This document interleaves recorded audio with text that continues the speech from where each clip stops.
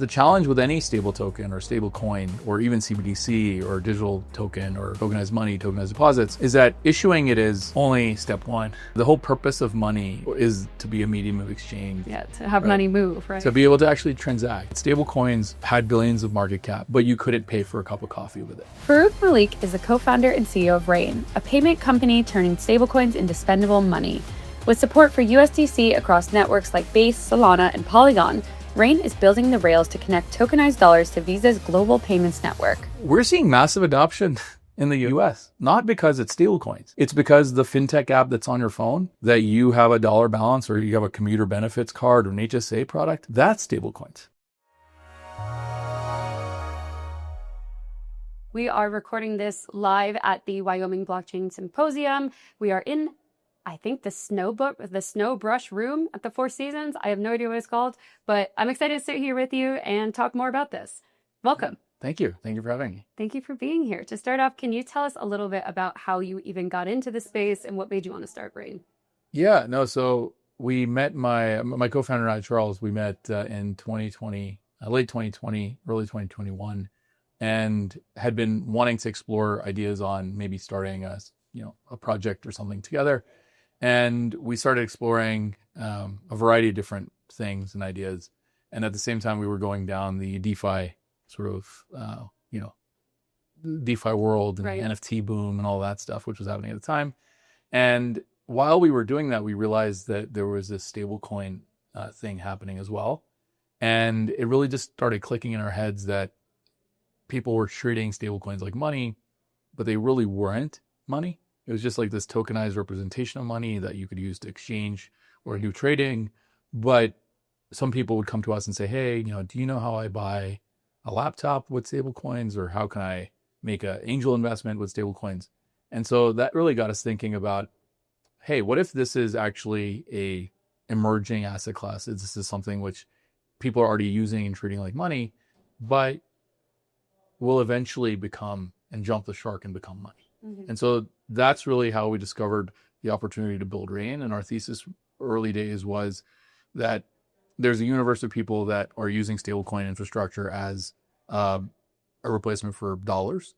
And eventually institutions will want to use tokens as a means of exchange and drive significant process improvements, working capital efficiencies, et cetera, down the line. And we wanted to start building the technology infrastructure then so that we could take advantage of the regulatory clarity that was eventually going to happen. And we didn't expect that things would take, quite as long as they ended up taking. But at the same time, we really were able to get started early and build through a market where there was just not a whole lot of eyeballs on the space. And here we are today, right? And everything that we've been building from day one has been really built for the day after regulatory clarity. And so with regulatory clarity starting to come in now, it's created this massive boom in institutional awareness, institutional interest. And, even today in Wyoming, we've been speaking with a lot of different players that are interested in exploring what stablecoins mean for their business and what digital assets mean for their growth and their trajectory ahead. Mm-hmm. Yeah, you mentioned that we are here, and something that was announced at the event today was the Frontier Stable Token, right? Which is from the Wyoming Stable Token Commission. They unveiled the launch of it, and then there was this partnership with Rain and Avalanche. Can you kind of walk us through how that came to be and what role Rain wants to play in this state-issued stablecoin? Yeah, we've seen a tremendous amount of interest from all sorts of players that are interested in stablecoin issuance as a means of storing value and exchanging value and facilitating transactions. And so when we started chatting with the Wyoming Stablecoin Commission, we realized that this was a state that was very forward-looking, that we're really interested in exploring what stablecoins could mean for state funding of various initiatives, but also as a means of actually providing a token that is backed by a government body, right? And as such is in a category which is not currently available today, right? There's very few legitimate token issuers in the world anyways, and many of them are publicly traded companies or public companies, and very few of them are governments. And so when we started speaking with the Stable Commission, we realized that this is a very ambitious target very ambitious goal, and they were making a massive amount of progress very quickly. But the challenge with any stable token or stable coin or even CBDC or digital token or tokenized money, tokenized deposits, is that issuing it is only step one. The whole purpose of money is to be a medium of exchange. Yeah, to have right? money move, right? To be able to actually transact, right? Like, and that's been kind of one of the core learnings that we had in the early days of Rain, which was that stable coins had billions of market cap, or there's billions of assets that were locked into space, but you couldn't pay for a cup of coffee with it, right? And so it wasn't money because you couldn't use it like money. And so everything that we've been building Rain for has been the day where we can connect whatever token or whatever source of capital that you would need on a blockchain or a distributed ledger, and then connect that to the same ways that people or consumers or businesses expect to pay for things. Right. And so that's been a big part of our approach, and a big part of our partnership with the Frontier token is about giving the state issued token the full acceptance around the world of merchants that accept payment credentials today through the Visa network. Yeah. And so that's how we're powering them on day one with their launch, being able to get acceptance everywhere around the world, that anybody can tap at a terminal and pay with a Frontier token without having to worry about, okay, how do I bridge this back into some sort of thing? What chain am I on? Do I have gas? Do I not have gas? How do I have to go find a merchant that accepts it? Yeah. You don't have to worry about any of that. Right. Okay. But that makes a really good point that you brought up before, is kind of like the use of stable coins. Like, if you can't actually use it, what's the point? And so like today they are usable, but I don't think it's fully at the point where, like, if I went down the street or went to a restaurant in this town and I was like, hey, I want to pay with stable coins, they would be like, you're crazy. But I would be able to do that with the Rain card, right? Because it's just a Visa card. Correct. Yeah, that's right. I mean, we've made stable coins just another currency of exchange on an open loop payment network like Visa. So they don't need to know that I'm paying with stable coins. I'm just paying with a card. Just like when you go to Europe, you have an American issued card. The merchant there doesn't know you're paying in dollars, and they don't care. Yeah. Right? I try to press euros. No, yeah, of course, you have to press euros. Right, yeah. But the merchant, right, they are getting paid how they want. They don't have to opt into how you're paying. And for us, we've always thought that making sure that we can enable that type of use case for a consumer, that they can pay how they want, a merchant can accept how they want, that's the beginning of how you can begin this change underlying the technology infrastructure, right? So like you can't switch everybody on day one. And the best way to change is by changing the back end while leaving the parties of their transaction, letting them do the same thing that they've always done. Yeah. It's like making it like a normal payment opposed to like the clunky Web3 experience that so many people in this space are used to, right? Yeah, and that's been our focus from day one. So everything that we have is natively deployed on the multiple blockchains we support. We have native integrations with every token we support. And so when it comes to a transaction, it's seamless and it happens entirely on the blockchain. There's no off-ramping, there's no bank accounts, there's no fiat dependency. It's just all future technology. Something I think about too is like payment rails, and you guys provide infrastructure too. I also know you have a background in traditional finance. Is there anything from your past career, past life, whatever we want to call it, that you think actually kind of went towards Rain's mission and what you decided to create here? Whether it was like, okay, the financial rails are broken or the financial rails are not as good as they should be, and this is going to improve that. Yeah, a lot of the underlying thesis of Rain, right, comes from the vast experience that I have, but also my co-founder has and our team has with traditional infrastructure, right? Yeah. I worked in banking for several years, and we had a whole team that was in charge of reconciling payments as they were happening. And we would have a payment happen today, and people would reconcile it for the next like 2 or 3 days. And this would happen every day. And so this is a massive, involved manual process where we would get paid for certain things. We would send money for certain things. We would have a whole team figuring out which transaction maps to which thing. And I'm sure that our counterparties had a team figuring out which transaction maps to which thing, because a $10 payment, if you're receiving $10 from 100 people, you really do have to match each $10 to the person and to the thing. And so it's a very difficult thing to do, and it requires a massive amount of manual intervention. And so we looked at the tokenized ecosystem as a way to actually improve the underlying technology, where you can merge the transaction and the reconciliation all in one thing. And so that creates this opportunity to provide massive efficiencies to large institutions, but also inefficiency equals cost. And this is why international payments or even cross-border payments or domestic payments, all these things cost a lot of money. Mm-hmm. And so do you see fixing this as like lowering the costs overall across the board for anyone that really integrates with it? Absolutely. So, and it's happening now? It's all happening now, right? I mean, even today, if you look at, let's say we use a peer-to-peer payment app, right? Mm-hmm. If I was to send you $10. Like Venmo? Yeah, like Venmo. Okay. So if I was to Venmo you $10, my $10 is in my bank account. Right. Whose $10 did you just receive?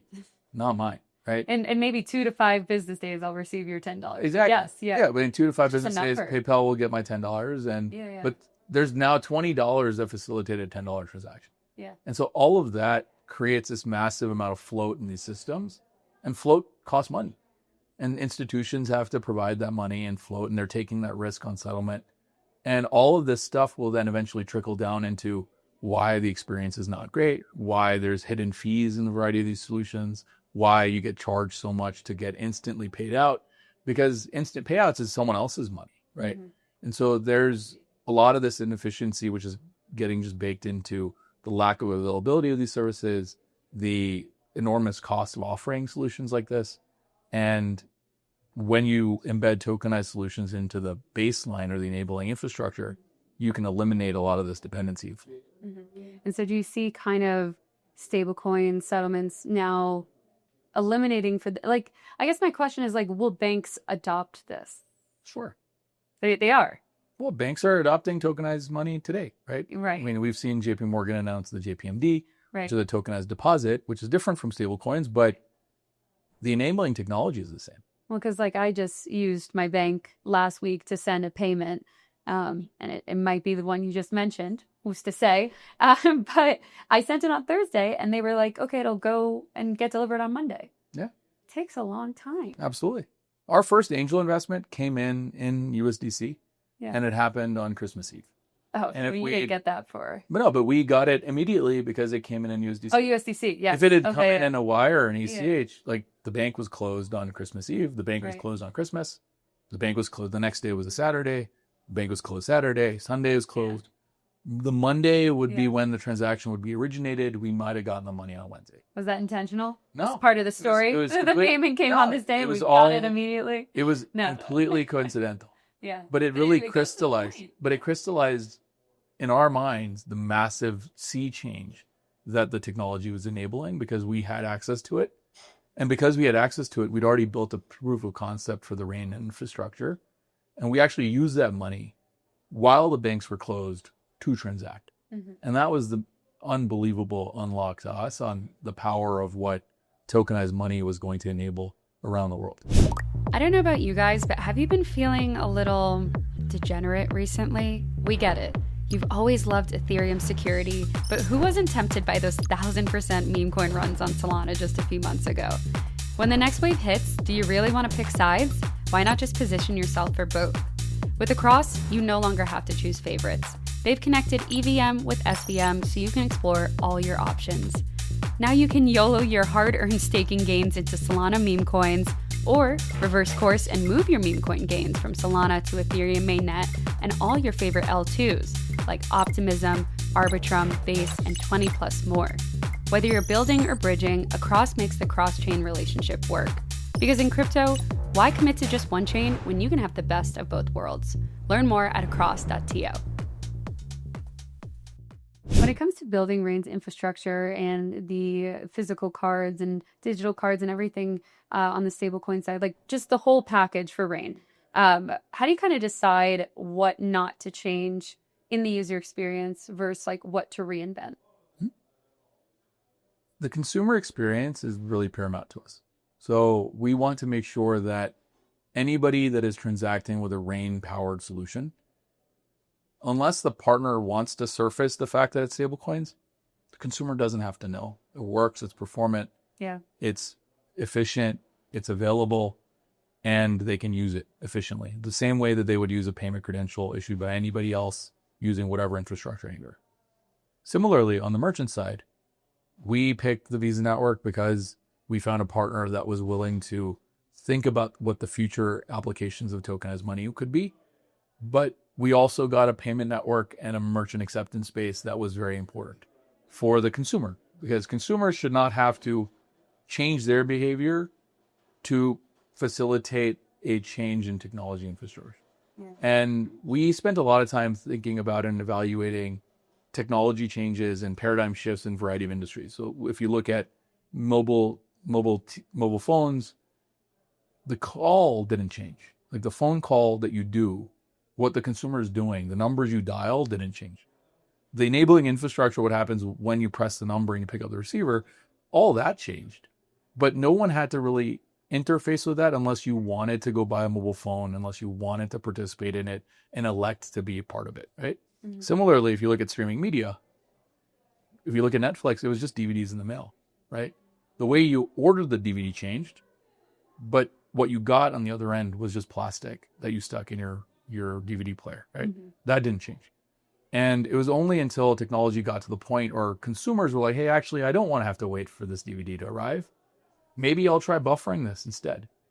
And they got to opt into that exchange and experience, and Netflix probably had it available before a vast amount of users actually opted into it.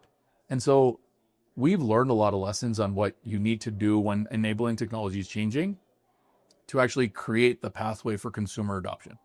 There's a lot of players that are focusing on aggregating merchants and saying, hey, we're going to empower 5 million merchants to accept stablecoins, which is fantastic. But where is the customer going to come from that is going to transact in stablecoins unless, in a net new fashion, right? Like, of course, if you have a Coinbase account, you have a Kraken account or a Gemini account, whatever, or Binance account, you have stablecoins, you have access to stablecoins, you can opt in. Mm-hmm. But even today, regardless of how big these platforms are, that addressable market is very small. Whereas there's hundreds of millions, billions of payment credentials issued on Visa and MasterCard networks. How do you actually just upgrade the underlying infrastructure and provide efficiencies to the various network participants in a matter of cost savings in terms of making more money? And then slowly you just get the native adoption of people just getting an upgrade on the underlying technology. And all of a sudden you can now take advantage of that merchant distribution network whenever, because you actually have the native supply of money that is digitally enabled rather than the demand from merchants for digitally enabled money to sell products and services. Mm-hmm. What percent of crypto users, and I would separate that from like businesses, do you think actually want to spend their stable coins? For us, our clients, it's all of them. Like, we have tremendous amount of adoption of the solutions that we power. And so all the credit to our clients, right? They're growing rapidly. We've never had a single client that has ever slowed down growth. Every client of ours has grown in every cohort that we've ever launched, which is pretty insane to see. Yeah. And all of them are servicing clients. Every single program we have live is powered by stablecoin infrastructure. Every single program that we have live is settling 24 hours a day, 7 days a week with us and with Visa. And so all of that adoption is happening natively. And only about 40% of our customers today are crypto native. 60% of the programs we support today are, if you were to look at the solution or the product, it looks and feels like a fintech product or a dollar payments app. And many of their customers, they don't know, they don't care that it's stablecoins. So when you say they don't know and they don't care, it's more so like they don't care that they're receiving the money that way, right? Or they don't even need to know. Look, if you look at like money, a prepaid, money. It's money, right? Right. It's just money. Yeah. If you look at a prepaid card, and if you go buy a gift card at CVS, I just always assume it's US dollars, but yeah I guess. But when you go buy one of those, on the back of it, it'll tell you what bank issues it. Right. But are you picking based on which bank issues it? No. You're probably not. You're probably picking because one says Valentine's Day, the other one says Happy Birthday, and you're like, oh, for a birthday, let me pick the one for a birthday, right? Yeah. And so the same thing's happening here, where consumers are, hey, I want digital dollar access. I want to store value. I want to be able to transact. I want to hold it in dollars longer than I would normally be able to. Mm-hmm. And I want to have the flexibility to convert that into local currency if I want, or send that to my cousin, around the world, or I want to be able to buy something whenever I feel like. And that's what the customer is thinking about, right? Yeah. How do you think about security on that front then too? Because that's what comes to mind as well. You say random bank on the back of gift card, which I have never checked that in my life, which Sure. most people probably wouldn't either. And then same with like, okay, if I'm using the Rain card, like I just want it to work. Yeah. But I'm sure people want to also know that their money is secure. Yeah. That's why we work with the largest stablecoin issuers in the world, right? We work with large institutional custodians. We work with self-custodial wallets. Rain is not a opinionated platform. Like if you're a partner, you want to work with your bank and your stablecoin, your tokenized deposit, welcome to do that. You want to bring a partner and say, hey, I want to really embed Frontier tokens into my app. You can also do that. You want to say, hey, I want to launch a custom branded stablecoin with partner X or partner Y. That's fine too. Right. Or you can just go to the default and say, I'm going to use USDC or USDT or any of the other major tokens. And that also works. So from our perspective, right, we want to make sure that our customers can design the experience and have the flexibility and the security posture that they're comfortable with. This is a big difference between us and anybody else in this market. Every other player here really doesn't have any technology. It's all just a wrapper on regional banks, or it's a wrapper on EMI institutions and, on countries that are outside the United States. And there's a tremendous amount of risk there. Like we've seen community banks fail. We've seen, regulators take a long time to make consumers whole. And so with us, we support tokens where you don't have to come to us to get made whole. If we fail for whatever reason, you have a self-custodial balance, you can go straight to Circle, you can take that money, you can put it in Coinbase, you can get the money out on the other side. Like we are just a layer that provides the utility infrastructure and the interoperability. We're not holding your money. We don't want to hold your money. We don't want to be the single point of failure. That's not what we aspire to. Right. Rain also has APIs, right? So when it comes to like traditional banks or fintechs, what would they want to use the APIs for? Is it to plug this in to offer stablecoins? Yeah. Yes. Yeah. We have a lot of customers that can plug our APIs into whatever solution. Let's say that you have a marketplace. You want to turn the balance that you're earning into a balance that you're holding. You can do that seamlessly. Mm-hmm. You're a remittance company. You want to embed a balance where one of the persons that's sending the money is sending it to their grandmother, and their grandmother says, hey, I would rather hold $50 in dollars, and I would receive the rest of the money in Mexican pesos or in Brazilian reais or UK pounds. You can build that with our APIs. So everything that we have is available directly through our APIs, and we have managed services that you can add on. So if you want to provide a web app experience, you can leverage our dashboard and you can kind of give access to whoever you need to. So the way we think about this is that we should be the one-stop shop for any institution or enterprise, regardless of whatever the solution is or what their product is or where they're targeting their end users, where you can plug in once and you can go global. And so we are in the process of expanding our global footprint so our clients never have to sign multiple deals with multiple vendors. They can just face us one time. They can face the stablecoin ecosystem one time. And if they want to expand into one blockchain or a different blockchain or one token to another token, all of that is enabled on day one. Mm-hmm. And they don't have to start on 100% of what we do. They can start on 1% of what we do, and they can grow to 100% of what we do. Mm-hmm. So from that 1% to 100%, if a bank came to you tomorrow and was like, hey, help us stay relevant, what would you guide them to first? It's not even tomorrow. We've had banks already come to us and say, today. Today, but also over the last several months. Right. And say, hey, we're exploring tokenized deposits. Can we leverage Rain's authorization and information infrastructure as a replacement or as a sidecar core for our tokenized deposits? And the answer is yes, of course you can. Mm-hmm. We've had other people come to us and say, we want to tiptoe into this market and we want to issue a stable coin, but we want it all on balance sheet in an omnibus account. And we want to ledger that using your infrastructure. We can also do that. And so for us, this is really what we've been training for and building for all these years. Like everything that Rain has done has been built for the day after regulatory clarity. And now that that's here, we're ready. We've been ready. We've have the volume. We're the only one with the volume. We're the only one with the infrastructure. We're the only one with a track record. Mm-hmm. We're the only one that's moved real people's money for real payments. in any magnitude for multiple years without losing a single dollar. Yeah. I mean, it makes sense to wait for, let me say that again. It makes sense to wait for regulatory clarity, but so many people in this industry did not. And like, what if you didn't end up getting it? Look, we realized early on that maybe stablecoins weren't going to be the thing.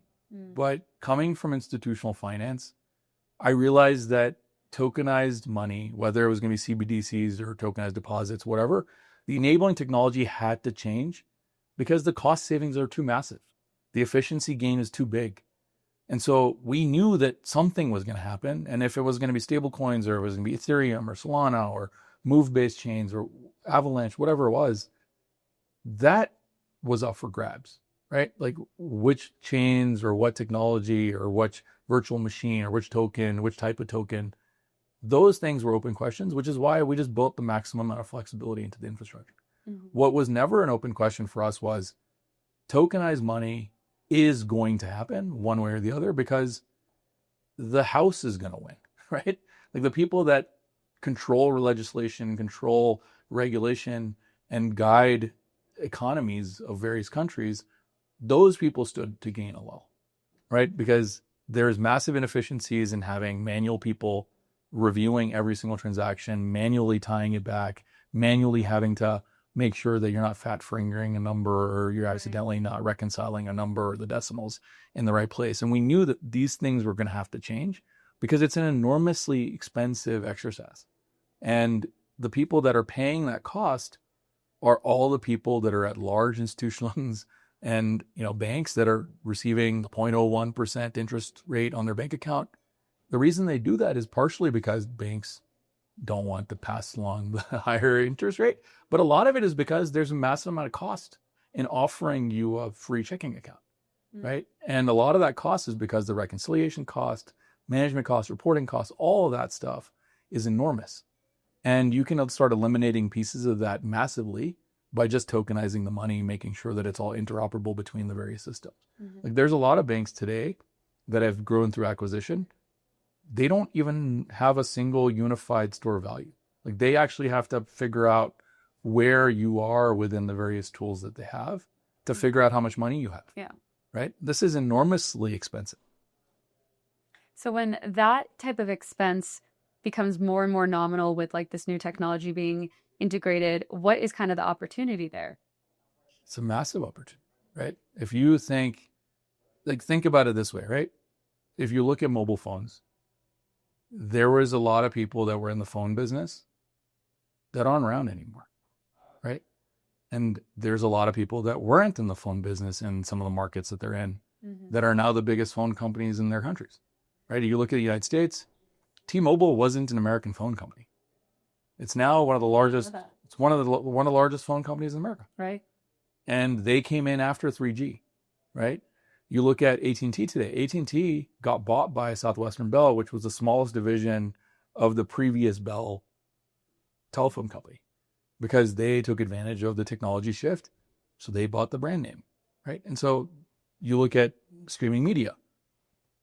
Companies like Disney have won, right? Because they had the content. And so reality is with tokenized money, institutions like JP Morgan will probably win a big piece of the future. Deutsche Bank may win, Citibank may win. But what does that mean for other smaller institutions? Maybe smaller institutions today or regional banks today will eventually grow to be the size of somebody like a JP Morgan or an HSBC or Citi. But that future is as yet undetermined, right? And so it's only when the technology shift is happening that a non-incumbent has the opportunity to build something big. And that's the exciting part. Yeah. Are there any specific markets where stablecoin payments are picking up faster than you anticipated? There's a lot of markets that we've been very surprised by, right? A lot of people, if you talk to probably 100 people, 50, 60% of them, 80% of them might agree that, hey, internationally, stablecoins make a lot of sense. Right. We're seeing massive adoption in the US. And we're seeing massive adoption in the US, not because it's stablecoins, but because the cost of launching a program for payments in America using stablecoins is a fraction of the cost of launching a program without using stablecoins. And it's not because people are excited about stablecoins or the end consumer is really, bullish on stablecoin infrastructure.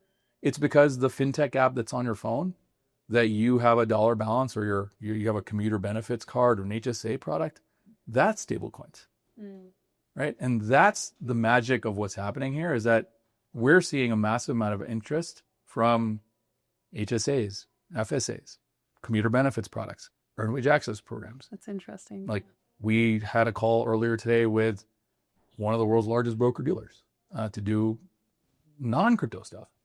And this is the magic that stablecoins are enabling. It's not crypto. It's just money. Yeah. And would you say it's because they don't want that idle money sitting in the middle, kind of like what we talked about before with Venmo? What's that it's interoperable. Right. There's massive improvements, right? Even today, like it took until PYUSD to be able to send money from Venmo to PayPal, right? That's your own wallet owned by the same company. That's crazy. You still can't send money from PayPal to Square or Cash App. You can't send money from Cash App to Zelle. There's a lot of banks that you can't even Zelle between. Yeah. So there's massive improvement that you can drive by making things interoperable and creating a more open ecosystem for people to participate, right? Yeah. And if you look back at lots of the technology shifts that have happened in the past, openness, consumer, consumer flexibility is a huge opportunity to create net new positive outcomes that accrue value to new players. I mean, I also think something that I'm trying to think of the way to word this. Like when it comes to the net new players, I don't know if they really like have the interest that a Web3 native person would, right? And so a question I have is like to get new entrants from a retail perspective, let's say like the average person who just like spends money, not like a fintech or a bank or something that like understands how money moves. How do you kind of get them interested in this? Or do they not have to be interested at all? I don't think you have to be interested. As long as we can, like if we can get your payroll provider on board, then your payroll is already stablecoin enabled, right? We can get your community bank on board because they're interested in tokenized deposits because they're about to merge with another community bank across the state. You're already in. Yeah. And so you don't have to opt in, right? That's the exciting part of how we've been building this is we're not opinionated on how you do it. We're not trying to create our own moat and walled garden because we don't think that that's really what the future looks like. I don't think that you can build a multi-trillion-dollar business or $100 billion business by repeating the same mistakes of how the system works today, right? I think openness creates opportunity and opportunity creates more openness. Yeah. Is there a bold or contrarian take that you have about the future of payments and stablecoins that maybe others don't agree with you on yet? I've said it a couple times so far, right?